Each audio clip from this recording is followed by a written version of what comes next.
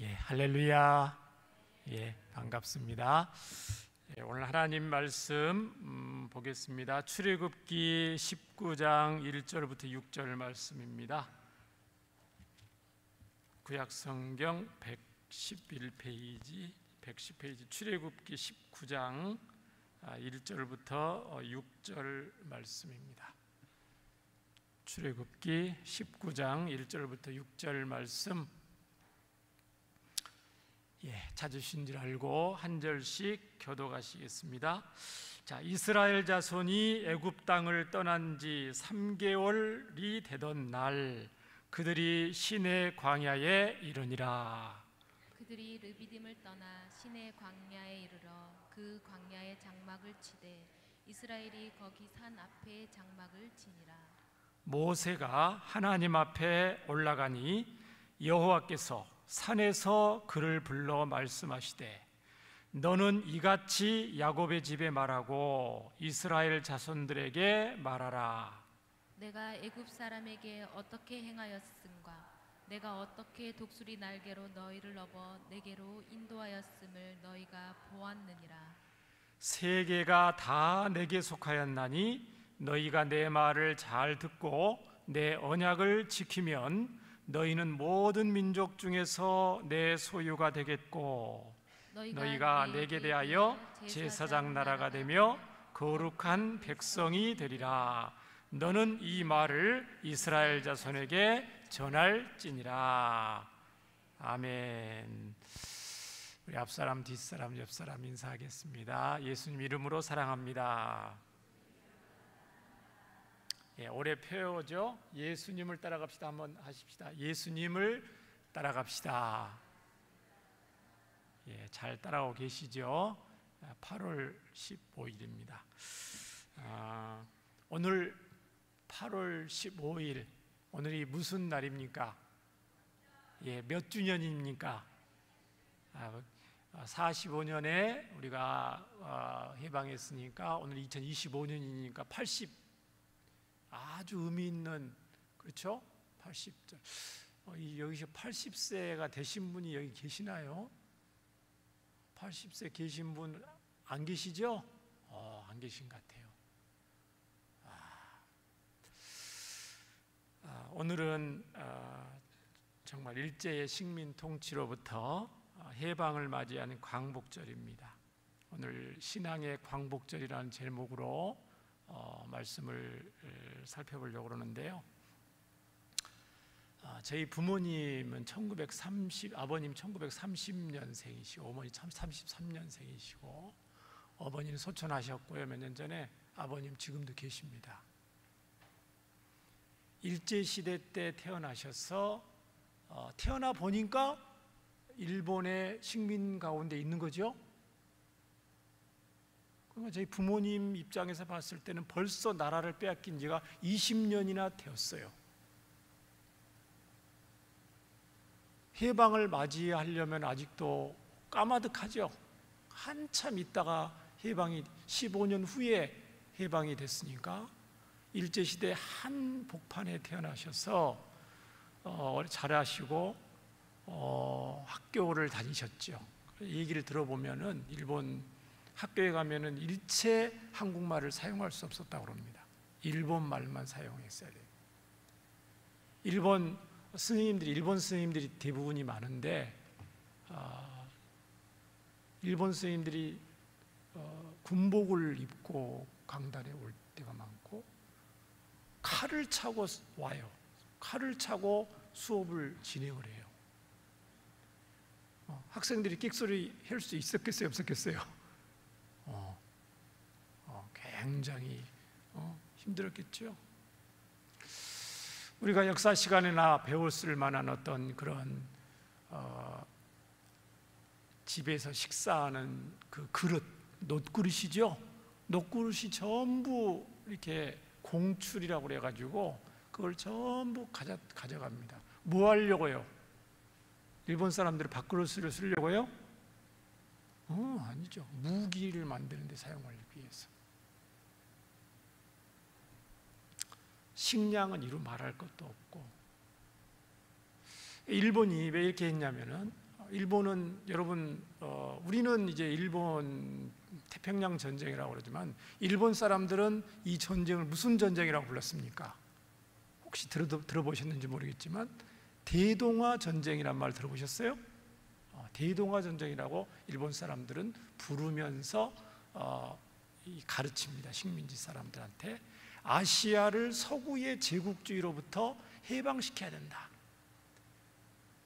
그러니까 이 일본은 단순히 이 조선만 침략한 게 아니고 중국, 동남아, 아시아 전체를 서강의 열강으로부터 벗어나게 해야 된다는 그런 목표를 가지고 중일 전쟁에 승리하고 러일 전쟁 승리하고 동남아시아 차지하고 그렇게 하려고 했는데 미국과 영국과 유럽에서 반대를 하니까 어쩔 수 없이 이제 안 되겠다. 이거는 우리의 목표를 달성하기 위해서 미국을 굴복시킨 다음에 우리가 목표를 달성할 수 있다 해서 미국 태평양 전쟁을 일으키게 됐습니다. 결국은 패망해서 우리 한국은 광복을 맞이를 했는데요. 이 광복의 과정 여러분 다 알고 아시겠지만은 우리 힘으로 된 것은 아니죠. 그렇다고 가만히 있다고 해서 광복이 된 것도 아닙니다. 나라는 빼앗겼지만 중국과 만주로 일본 땅으로 가서 목이 터져라 조국의 광복을 위해서 일생을 바쳤던 수많은 독립투사들과 우리 조상들의 눈물과 기도와 그런 애타는 몸부림이 있었지요. 그러나 그 간절한 열망만 가지고는 힘이 없으니까 안 됐어요. 하나님의 특별한 간섭과 은혜로 우리나라가 해방이 된 줄 믿습니다. 이 광복절을 맞이해서 나라의 소중함을 기억하면서 이 밤에 함께 기도하기를 원하고요. 특별히 오늘은 신앙의 광복절에 대해서도 함께 살펴보면서 저와 여러분의 신앙을 새롭게 하는 시간 되었으면 좋겠습니다. 왜냐하면 조국의 해방, 나라의 해방도 중요하지만은 더 큰 해방이 있어요. 그 해방은 뭐냐면은 바로 죄와 사망 권세로부터의 해방. 악한 마귀의 종노릇 하는 데서 해방이 정말 더 너무너무 중요한 해방인 줄 믿습니다. 출애굽기 19장은요 그런 의미에서 신앙의 광복절 선언문과 같은 거예요. 왜냐하면 오늘 본문을 보면 이스라엘 백성들이 애굽에서 해방되어서 지금 얼마나 됐죠? 3개월이 지났다 그랬습니다. 이스라엘 백성들이 애굽에서 여기까지 오기까지 3개월이 되었을 때 비로소 완전한 해방을 맛본 거예요. 그러니까 일사천리로 나온 것 같지만 그 과정이 그 3개월 동안이 출애굽기 1장부터 18장까지 그 내용, 그 앞장의 내용이 그 만만치 않은 그런 과정이었어요. 정말 드라마틱한 일들이 출애굽기 이 전반부에 있었던 것을 우리는 알 수가 있습니다. 하나님께서 이스라엘 백성들을 해방시키시기 위해서 모세 한 사람을 부르는 것으로 출애굽기는 시작을 합니다. 모세를 불러서 바로에 가서 내 백성을 내보내라 이렇게 말씀을 하십니다. 바로가 냉담한 반응과 거부 의사를 표명하니까 하나님께서 10가지 재앙을 바로와 애굽에 내리시게 됩니다. 그리고 나서 이제 출애굽의 여정이 이제 시작이 되고 홍해를 건너는 사건까지 이어지게 되는 것을 보게 됩니다. 첫 번째로 우리가 출애굽의 과정을 통해서 우리가 알 수가 있는 것은 이스라엘의 출애굽의 해방은요 이스라엘 백성들이 힘이 있어서 해방된 것이 아니고 전적인 하나님의 은혜로 주어진 것이라는 것을 우리는 성경을 통해서 알 수가 있습니다. 마치 우리나라가 해방을 얻을 때 그 과정하고 얼마나 흡사한지 몰라요? 3절과 4절을 보시기를 바랍니다. 오늘 본문 3절 4절을 보시면 이스라엘 백성들이 시내 산 앞에 시내 광야에 장막을 쳤을 때에 하나님께서 이렇게 모세를 이제 부르십니다. 3절 4절을 보십시오. 모세가 하나님 앞에 시내산에 올라갑니다. 여호와께서 산에서 그를 불러 말씀하시되 너는 이같이 야곱의 집에 말하고 이스라엘 자손들에게 말하라. 내가 애굽 사람에게 어떻게 행하였음과 내가 어떻게 독수리 날개로 너희를 업어서 내게로 인도하였음을 너희가 보았느니라. 출애굽의 과정을 하나님은 짤막하게 이렇게 말씀합니다.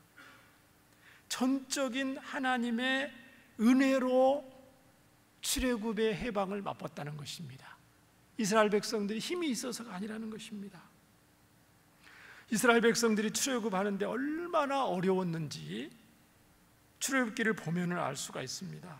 다른 말로 하면 바로와 애굽 사람들이 이스라엘 백성들을 애굽에서 나가도록 하는데 얼마나 방해를 많이 했는지, 얼마나 싫어했는지 성경을 보면 알 수가 있어요. 이것은 마치 저와 여러분이 구원받은 하나님의 백성이 되지 못하도록 악한 사탄과 마귀가 저와 여러분을 얼마나 방해를 했는지, 여러분이 지금 예수님 믿고 구원받아서 이렇게 예배하고 하나님의 자녀가 된 것이 얼마나 큰 은혜인지를 우리 출애굽기를 보면 알 수가 있습니다. 여러분, 출애굽기는 단순히 이스라엘 백성들의 어떤 애굽에서 탈출하는 과정을 기록한 그냥 역사책만은 아니에요. 영적인 의미로 보면은 어떤 한 영혼이 사탄과 마귀의 종노릇 하는 데서 어떻게 하나님의 구원받은 하나님의 자녀가 되었는가 하는 과정을 영적으로 비유적으로 기록한 본문이라고 해도 틀린 말은 아닙니다. 구원의 역사를 기록한 이 출애굽기를 보면은 예수님 믿고 하나님의 자녀로 저와 여러분이 지금 살지만은, 하나님의 자녀로 살지만 하나님의 자녀답게 살지 못하도록 또한 지금도 얼마나 악한 사탄 마귀가 저와 여러분을 방해하는지, 그 작전이 구체적으로 어떻게 되는지 성경은 속속들이 사탄과 마귀의 전략을 드러내놓고 있습니다. 자, 간략하게 이 출애굽기에 나타난 이 내용을 이스라엘 백성들이 탈출하는 과정을 보면은요, 방해하는 그 내용을 보면 출애굽기 5장에 보면은 모세 아론이 바로에 가서 내 백성을 보내라, 하나님께서 내 백성을 보내라고 말하셨다고 이렇게 얘기를 합니다. 그랬더니 바로가 무슨 반응을 보여요? 누가 너희들을 보내라고 했다고? 여호와가 보내라고 했다고? 여호와가 누구이기에 내가 그의 말을 듣겠느냐? 이렇게 말을 합니다. 한마디로 뭐예요? 한마디로 거부하는 거죠. 내가 애굽의 이 강대국 애굽의 신과 같은 왕인데 들어보지도 못한 무슨 신이 400년 동안 너희로 지금 잡고 있는 이스라엘 백성들을 몇 명도 아니고 통째로 내버리란 말이 이게 말이 되겠느냐? 그 말을 듣고 바로가 무슨 반응을 보이냐면은 이것들이 지금 덜 힘들어서 그러는 거구나. 사실 너무너무 힘들어서 하나님 앞에 정말 그 노역에 힘들어서 하나님 앞에 지금 부르짖고 예언하고 그런 가운데 있거든요. 근데 바로 입장은 전혀 그게 아니고 얘네들이 지금 덜 힘들어서 지금 나가겠다고 하는구나 해서 어떻게 하냐면은 벽돌 생산량을 그대로 두지요. 그리고 뭐를 안 줘요? 집을 안 주고 벽돌을 굽도록 만듭니다. 더 힘들게 고생을 시키는 거예요. 자, 이걸 뭘 의미하냐면 하나님의 백성들이 구원을 받고자 하면 또 구원받은 선택받은 하나님의 백성인데 구원을 받고자 이제 복음을 듣는 자에 나오려고 한다든가 신앙생활을 하려고 한다든가 아니면 저와 여러분이 신앙생활을 지금보다 더 열심히 하려고 한다든가 그런 의지와 반응을 보이면 이 사탄은 그 구원의 의지를 꺾기를 원합니다. 꺾어버리고자 합니다. 그래서 불신자들이 초청잔치 같은데 나오려고 약속을 딱 하면은요 전날이나 당일날 꼭 무슨 일이 생기는 경우도 있습니다. 있어요, 없어요? 있죠. 많습니다. 꽤 됩니다. 여러분이 대충 신앙생활을 하다가 어느 날 무슨 계기가 돼서 정신을 번쩍 차리고 내가 이래서는 안 되겠지, 내가 하나님의 은혜를 받은 자로서 이렇게 살아서는 안 되겠지 하면서 제대로 신앙생활을 하려고 하고 제대로 기도하고 마음 먹고 하려고 하면은 틀림없이 방해 공작이 있습니다. 믿지 않는 가족들 중에서 남편이나 누구 중에서 방해를 하고 무슨 일이 생기고 갑자기 몸이 아픈다든가 충분히 그런 일이 있을 수 있다는 것입니다. 출애굽기 7장에 보면요 하나님이 보내신 이제 바로가 거부를 하니까 하나님이 이제 재앙을 내리시기 시작합니다. 하나님의 능력, 하나님이 어떤 분인가를 이게 말로는 안 되잖아요. 강력한 하나님의 능력을 바로 앞에서 이제 보이시는 거예요. 바로를. 그래서 재앙을 한 가지씩 이렇게 내리기 시작하는데 출애굽기 7장에 보면은 재앙을 당하니까 바로가 재앙 앞에서 또 마음을 강팍하게 하고 놓아주지 않습니다. 하나님이 재앙의 강도를 높이시니까 그때는 조금 누그러지는 듯 하다가도 금세 약속을 번복합니다. 계속해서 출애굽기 8장 10장을 보면은요 도저히 재앙 앞에서 이 감당을 할 수가 없거든요. 이러다가 이스라엘이 망하게 생겼거든요. 그렇게 하니까 이제 내보내겠다고 모세한테 약속을 합니다. 그러면서 이 재앙을 멈춰달라고, 이 재앙을 멈추면은 내보내주겠다고 그렇게 약속을 하죠. 그렇게 하면서도 뭐라고 말하냐면은 자, 왜 너희들 가려고 하느냐? 이스라엘 백성들은 예전부터 하나님의 백성인데 여호와 하나님 앞에서 제사하러 가야 되기 때문에 지금 내보내야 된다. 모세 이렇게 얘기하니까 그러면은 야 굳이 제사를 하는데 힘들게 광야에까지 가서 제사할 필요가 있느냐? 여기서 해라. 여기서 너희들이 제사할 수 있도록 너희 여호와 하나님, 너희 그렇게 좋아하는 하나님, 너희들을 그렇게 사랑하시는 하나님께 제사하려면 여기서 제사해라. 내가 짐승도 주고 제사할 수 있도록 여건도 마련해 주겠다. 굳이 광야로 가겠느냐? 안 된다.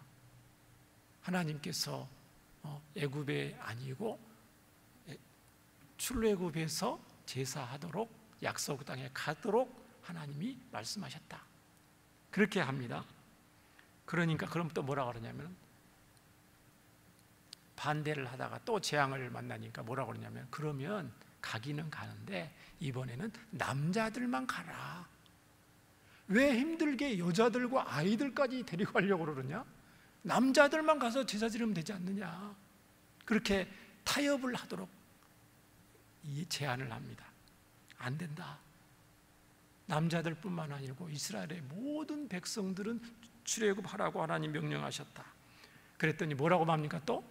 그러면 가기는 가는데 가축은 놔두고 가라.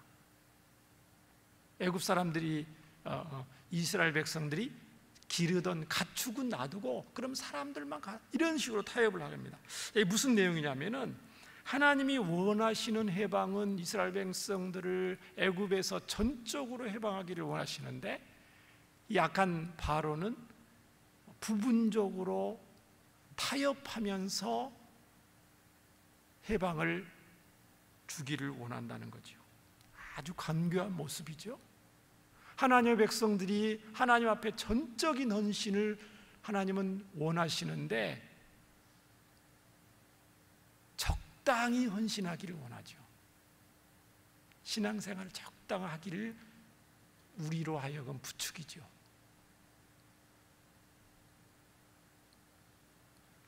마지막에 출애굽기 도저히 10번째 재앙이 무슨 재앙이에요? 장자재앙이죠. 장자재앙을 하면서 바로가 도저히 이제는 막을 수가 없는 거예요. 네 원하는 대로 다 해라. 가축뿐만 아니고 좋은 보석이라 가지고 있는 재산까지 너희들 보는 거 지긋지긋하니까 이제 빨리 가라. 그렇게 말을 합니다. 그래서 보내놓고 한참 생각해 보니까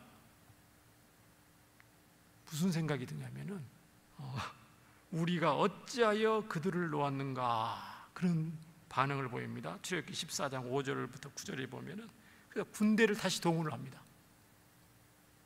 애굽의 그 전차 부대를 총동원을 해가지고 이미 보내기로 지금 출발한 이스라엘 백성들을 뒤쫓아서 잡아오라고 명령을 내리죠.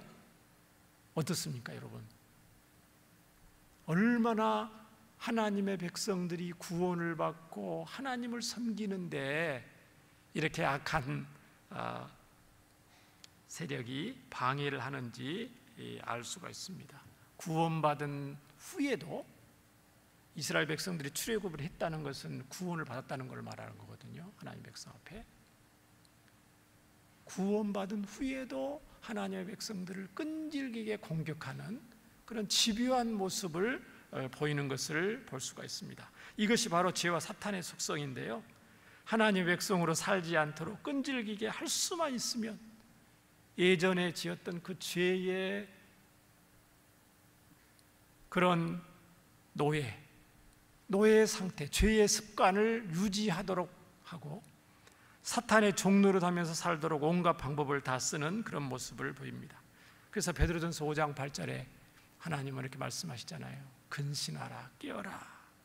너희 대적 마귀가 우는 사자같이 두루다니며 삼킬 자를 찾는다. 자, 이스라엘 백성들의 마음속에도 이제 이것은 아까 외적인 출애굽의 어떤 그런 방해라고 하면은 이스라엘 백성들 마음속에도 노예 근성이 가득해요. 죄에 대한 소욕이 가득해요. 힘들지만 애굽에 있을 때가 더 좋았다 이런 마음이 있어요. 예수님 믿고 구원받아서 하나님의 자녀이지만 마음속 깊은 곳에는 죄에 대한 부패한 본성이 가득한 성도들의 그런 것들을 여실히 보여주는 성경의 본문에 나오게 됩니다. 출애굽기 14장에 보면은 홍해 앞에서 불평하는 모습이 나옵니다. 그들이 모세에게 이르되 애굽에 매장지가 없어서 당신이 우리를 이끌어내어서 이 광야에서 죽게 하느냐? 지금 출애굽했어요. 그런데 광야에서 너무너무 힘드니까, 신앙생활 하는 게 너무 힘드니까 애굽에 매장지가 없어서 우리를 이 광야에서 죽게 하느냐? 애굽에서 당신에게 이런 말이 이것이 아니냐? 우리를 내버려둬라. 우리가 애굽 사람을 섬길 것이다. 이렇게 말합니다. 너무너무 신앙생활하는 게 힘들다는 거예요. 다시 예전으로 돌아가고 싶다는 거예요. 애굽 사람을 섬기는 것이 광야에서 죽는 것보다 낫겠노라. 심지어는 이런 말까지 합니다. 출애굽기 16장에 보면은 이스라엘 백성들이 너무 이제 하나님이 주신 그 광야에서 먹을 것이 없으니까 이렇게 말을 합니다. 그들이 이르되 우리가 애굽 땅에서 고기가마 곁에 앉았을 때와 떡을 배불리 먹던 때에 여호와의 손에 죽었더라면 좋았을 것을. 지금은 너무 먹을 것이 없다는 거예요, 광야에서. 그러니까 이게 하나님이 그러고 나서 만나를 주시거든요. 너무나 힘들다는 거예요, 신앙생활이.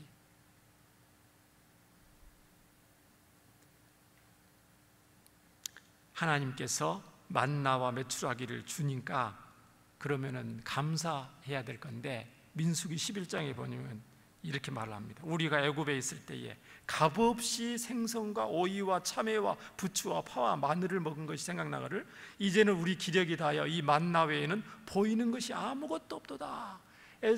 애굽에 있을 때는 정말 맛있는 음식들을 우리가 값없이 먹었는데, 아니 값없이 먹었어요, 대가 값없이 먹었어요 이스라엘 애굽에? 죽도록 노예생활 하면서 노예로 부려먹기 위해서 애굽 사람들이 기본적인 걸 준 거잖아요, 그죠? 근데 그게 좋았다는 거예요. 값없이 줬다는 거예요. 배급받았다는 거예요.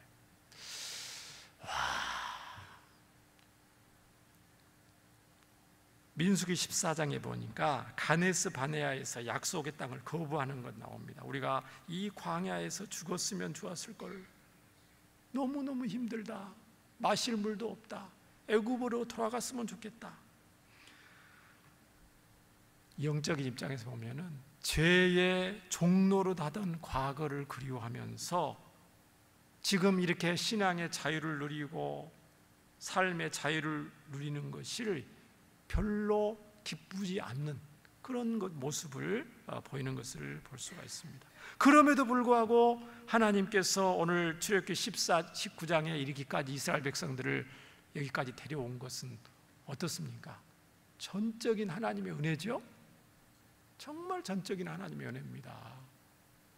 악한 바로와 그 애굽 사람들의 방해, 그 찌든 그 노예 근성, 죄의 근성, 애굽에서 힘들지만 거기에 있는 게 좋았을 것이라는 그런 것에도 불구하고 하나님께서 이스라엘 백성들을 지금 불러내셔서 이 시내산 앞에 와서 이제 하나님에서 모세를 통해서 이스라엘 백성들과 시내산 언약을 맺는 장면이거든요. 지금 언약 백성으로 삼겠다는 하나님과의 지금 이 장면이거든요. 이게 정말 하나님의 은혜가 아닐 수가 없습니다. 하나님은 뭐라고 말씀하시냐면 독수리 날개로 너희들을 여기까지 데려온 것을 안다. 이게 무슨 말? 독수리 날개. 독수리 날개로 이스라엘 백성들을 지금 여기까지 데려왔다는 거예요. 크신 능력. 독수리가 딱 품고 여기까지 날아왔으니까 하늘을 나르는데 누가 감히 이스라엘 백성들을 막을 자가 누가 없다는 거죠. 하나님이 크신 능력으로 이스라엘 백성들을 구원해내셨다. 독수리 날개니까 어떻게 됐어요? 독수리 덤빌 자가 누가 있어요? 하나님의 각별한 보호를 통해서 이스라엘 백성들을 구원하셨다. 저와 여러분을. 독수리 엄청 빠르잖아요. 신속하게 불러오셨다. 3개월이 먼 것 같지만 여러분 200만 명이 넘는 그 많은 남녀노소 가축까지 해서 그 차도 없이 걸어서 여기까지 온다는 게 엄청 빨리 온 거죠. 마실 물도 별로 없는데 광야에서 신속하게 여기까지 불러오셨고 하나님의 전적인 은혜였다는 것을 말합니다. 신앙의 강복절을 맞이해서 저희들이 지금 살고 있는데요, 우리가 노력해서 구원받은 것이 아니요 그리스도의 십자가와 부활로 주어진 것인 줄 믿습니다. 인사 한번 해야 되겠습니다. 집사님은 특별한 은혜를 받으셨습니다. 구원을 받았으니까 천만다행입니다. 천만다행이죠. 자세히 얘기 안 했지만은 여러분 모태신앙인 분도 있지만은 우상 숭배하다가 구원받은 게 양산의 인구 비율을 따지면 여러분 지금 몇 퍼센트겠어요? 양산 인구 중에서 여러분 양산에 구원받은 사람들 퍼센트로 따지면 여러분 3%도 안 돼요. 엄청나죠? 그러면 왜 하나님께서 이스라엘 백성들을 이렇게 출애굽하도록 하셨습니까? 왜 저와 여러분을 그렇게 악한 마귀의 방해 공작, 하나님의 자녀 되고 싶은 어떤 그런 간절한 열망도 특별히 없었을 그런 가운데 구원을 베푸셨느냐는 것입니다. 해방의 목적이 단순히 어떤 자유를 누리도록 하는 데 있는 것이 아니고 하나님의 속한 백성, 하나님의 주권의 주권 아래에 사는 삶을 살도록 하나님이 부르셨다고 오늘 말씀을 하십니다. 세상의 소유가 아니고 하나님의 소유된 백성으로 살도록 하시기 위해서 저와 여러분을 부르셨다고 하나님은 말씀하셔요. 자, 오늘 5절을 한번 읽어보겠습니다. 5절을 한번 읽습니다. 시작. 세계가 다 내게 속하였나니 너희가 내 말을 잘 듣고 내 언약을 지키면 너희는 모든 민족 중에서 내 소유가 되겠고. 자, 내 소유가 되겠고 그랬는데 하나님이 내 소유가, 이 소유란 말은 이 히브리어 원문에 따르면 무슨 뜻이냐면은 이 소유란 말을 세굴라라고 그래요. 세굴라. 뭐라고 그런다고요? 좀 재밌죠? 표현이. 읽으면 세굴라 이렇게 읽는데, 세굴라라는 뜻은 뭐냐면은 특별한 보석이라고 합니다. 어느 집에 있는 그 보석 중에서도 특별한 보석, 빛나는 보석이란 뜻이에요. 그러니까 구약 성경에서 이 세굴라라는 단어는 하나님과 이스라엘 백성들 간의 어떤 긴밀한 관계, 뗄래야 뗄 수 없는 관계를 표현할 때 쓰는 단어예요. 하나님께서 이스라엘 백성들을 이 세상 그 어떤 민족보다도 귀하게 여기시면서 보물과 같이 애지중지하는 그런 소중한 보물과 같이 하나님께서 간직하고 계신다는 걸 말해요. 이스라엘 백성들은 천하 만민 가운데서 특별한 하나님의 보물들이에요. 물론 이 세상의 모든 나라들과 민족들이 하나같이 다 하나님의 소유입니다. 오늘 5절 앞부분에 그것을 하나님은 분명히 모세에게 말합니다. 뭐라고 말합니까? 세계가 다 내게 속했다 이렇게 말합니다. 하나님이 온 세상을 창조하셨기 때문에 세상의 모든 나라와 민족들은 전부 하나님의 것입니다. 심지어 우상들도, 우상이라고 만들었는 그런 신상들도 또 소유권이 누구한테 있어요? 하나님의 것이에요. 그렇지만 그 중에서 이스라엘들을 구별해내서 하나님의 구속사를 이끌어 나갈 영원한 소유, 가장 귀한 보물들로 삼으신 것입니다. 마찬가지입니다. 저와 여러분도 하나님의 가장 귀한 소중한 보물, 빛나는 소유물로 저와 여러분을 삼아주신 줄 믿습니다. 보잘것 없고 우리가 무슨 자격이 있어서가 아니에요. 부족한 것 투성이임에도 불구하고 독생자 예수님 통해서 아낌없이 십자가 사랑으로 저와 여러분을 사랑하시고 하나님의 자녀 백성 삼아주셨다는 것입니다. 그렇기 때문에 여러분은 하나님의 특별한 보물들입니다. 하나님의 전적인 은혜지요. 한번 옆 사람한테도 인사해야 되겠어요. 아니, 본인한테 얘기해. 나는 하나님의 세굴라입니다.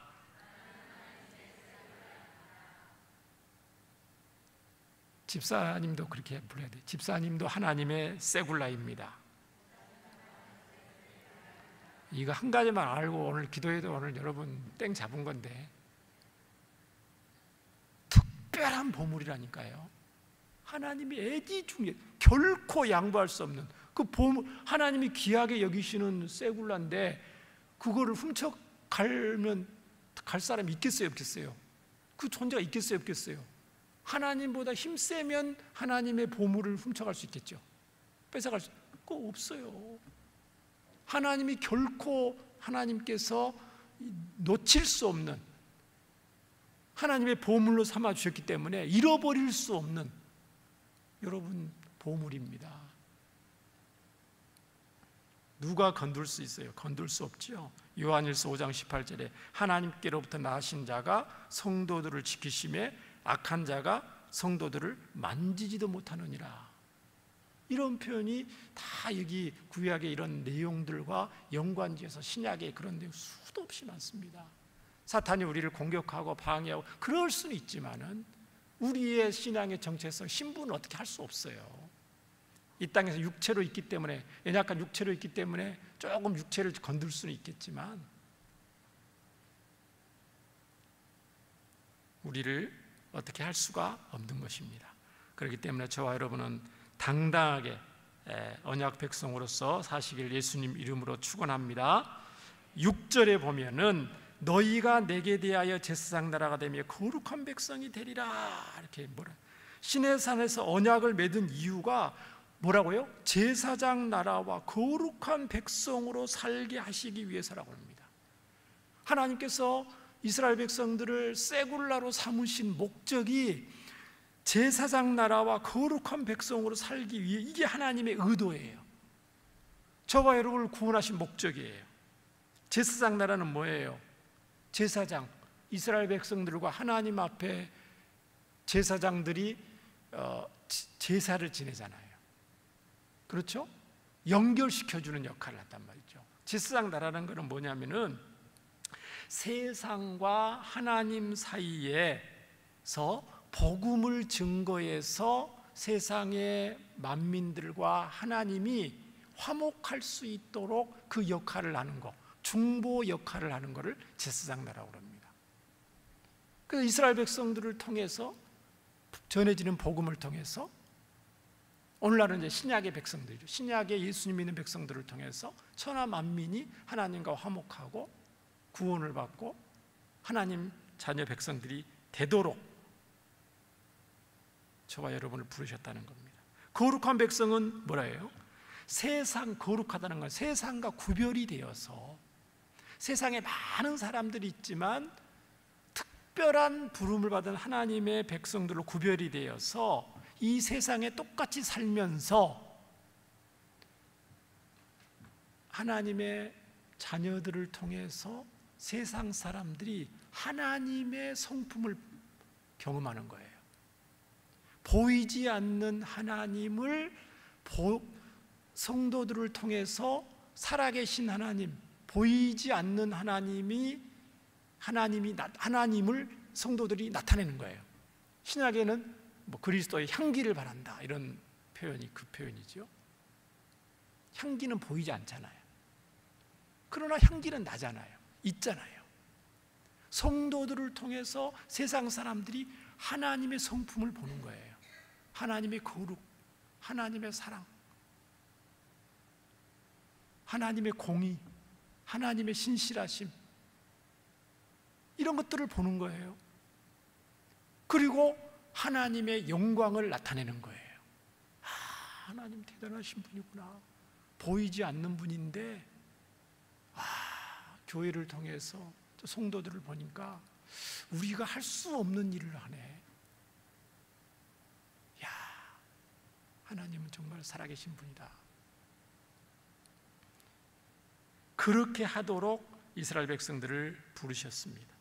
그런데 오늘 또 마지막으로 이제 말씀을 마치면서 이 부분을 여러분 꼭 기억을 할 건 뭐냐면은 오늘 5절과 6절, 자, 세계가 다 내게 속하였나니 너희는 모든 민족 중에서 내 소유가 되겠고 제사장 나라가 되며 거룩한 백성이 되리라 했는데, 어떻게 할 때 제사장 나라가 되고 거룩한 백성이 된다고요? 내가 이렇게 쎄굴라고 내가 하나님이 나를 제사장 나라 거룩한 백성을 부르시기 위해서 내가 이렇게 나를 불렀다, 그것만 아는 데서만 그치는 게 아니고 뭐 하면요? 내 말을 잘 듣고 내 언약을 지키면, 이게 조건절이거든요. 자, 이거는 뭘 의미하냐면은 여러분, 하나님의 말씀을 잘 듣고 하나님의 언약을, 이제 시내산은 이제 언약을 맺거든요. 그리고 십계명을 중심으로 해서 언약들이 있잖아요. 그것을 잘 지키면 이스라엘 백성들이 구원을 받고 제사장 나라가 되고 거룩한 백성이 되고, 이게 아니에요. 구원의 어떤 조건이 아니에요. 너희가 내 말을 잘 듣고 내 언약을 지키면, 이게 구원받기 위한 조건, 하나님의 자녀가 되기 위한 조건이 아니라는 것이에요. 구원받은 백성이 구원받은 결과로서 나타나야 될 삶의 모습을 말하는 거예요. 왜냐하면은 지금 출애굽기 19장은요 구원받기 전의 내용이에요, 아니면 출애굽한 이후의 내용이에요? 이미 출애굽한 이후의 내용이에요. 언약을 맺는 거예요. 이스라엘 백성들은 이미 출애굽했어요. 그러니까 이미 구원받은 하나님의 백성들에게 주신 말씀이란 말이죠. 그러니까 하나님 말씀을 잘 지키면 구원을 받고, 언약을 잘 안 지키면 구원이 취소되고, 그게 아니라는 거예요. 구원받은 언약 백성으로서 언약을 마땅히 준수하며 살아야 된다. 그럴 때 제사장 나라가 되고 거룩한 백성으로 잘 살 수 있다, 이걸 말해요. 이해되셔요? 그런데 만약에 불순종하면 어떻게 되죠? 오늘 말씀 것처럼 하나님의 내 말을 잘 듣고 하나님의 이제 언약을 맺을 건데, 언약 백성으로서 언약을 맺는데 잘 안 지키면 어떻게 돼요? 불순종하면 구원의 취소가 돼요, 안 돼요? 구원은 취소 안 된다고 그랬어요. 그렇지만 하나님과의 언약 관계가 깨지죠. 그리고 그 언약을 통해서 맺어진 그 축복을 누리지 못하죠. 대가로 징계가 주어지죠. 그러니까 이게 신학적인 용어로 언약적 축복, 언약적 저주란 말을 이렇게 쓰기도 하는데, 이제 하나님과 이스라엘 백성들은 언약 관계예요. 신약도 마찬가지입니다. 예수님 피로 언약을 맺은 거죠, 여러분은. 하나님과의 언약을 잘 지키고 하나님 말씀에 순종하며 살면 제사장 나라 거룩한 백성으로서 이 세상에 빛과 소금 역할을 하면서 하나님 기뻐하신 모습을 사는데, 그 하나님 언약 백성으로서의 순종하는 삶을 못 살게 되면은 그런 구원의 축복을 누리지 못하죠. 전하지 못하게 되죠. 자, 그런 내용들이 성경에 많이 나옵니다. 대표적으로 신명기 28장 같은 거 보면은 1절부터 14절까지는 순종함이 오는 축복에 대해서 나오고요, 15절부터 68절까지는 불순종하면서 나오는 저주가 나와요. 그 저주는 누가 받는 거예요? 하나님 백성들이 순종하면은 축복을 받는데, 하나님 백성들이 불순종하면은 저주를 누가 받아요? 불신자들이 받아요? 하나님 백성들이 받아요? 하나님 백성들 받죠. 저주도. 그거를 지금 성경은 얘기를 합니다. 다 얘기를 할 수 없고 이제 말씀을 마쳐야 되는데, 순종의 열매는 하나님의 임재를 경험하게 되고요, 하나님의 특별한 보호를 받게 되고요, 기적의 역사를 삶 속에서 경험하게 되고요, 삶의 평화가 임하게 되고요, 번영과 형통을 이루게 되는 것을 하나님 말씀합니다. 불순종은 어떻게 돼요? 하나님의 임재가 제한이 되고 징계를 받게 되고 삶의 현장에서 패배를 경험하게 됩니다. 끝까지 불순종을 지속하게 되면은 바벨론에 의해서 멸망했던 것처럼 이스라엘 백성들도 멸망을 하게 되죠. 사명을 상실하게 되고 예수님 말씀과 같이 소금이 맏을 잃으면 세상 사람들한테 밟히는 삶을 살게 되는 것을 알게 됩니다. 그래서 이 출애굽기 19장 오늘 말씀 5절 6절 말씀은 단순한 어떤 하나님의 말씀이 아니고 개인과 민족의 어떤 흥망성쇠를 결정하는 핵심적인 구절입니다. 구약 성경 전체의 핵심 중에 핵심적인 구절이라고 많은 사람들이, 또 학자들이 얘기를 합니다. 생명의 법과 같은 말씀이죠. 오늘 말씀을 이제 마칩니다. 오늘 광복절 80주년 광복절을 맞이해서 신앙의 광복절의 의미를 저는 말씀을 통해서 여러분과 함께 나눴습니다. 오늘 하나님이 저와 여러분을 구원하신 것이 내 마음대로가 아니고 하나님의 뜻대로, 하나님의 주권 아래서 하나님이 기뻐하시는 언약 백성으로 살도록 저와 여러분을 부르셨다는 것을 명심하시면서 예수님 믿고 하나님의 특별한 소유가 되었사오니 하나님 앞에 순종함으로써 순종을 통해서 주시는 성경의 수많은 축복들을 저와 여러분이 마음껏 맛보고 누리고 또 우리나라 예수님 믿지 않는 불신 영혼들뿐만 아니고 열방에까지 이 아름다운 예수님 사랑을 증거하는 복된 저와 여러분 되기를 주의 이름으로 축원합니다. 마지막으로 베드로전서 2장 9절 제가 한 장 방송실에 부착했는데요. 베드로전서 2장 9절 한 절 읽고 주여 부르면서 기도하겠습니다.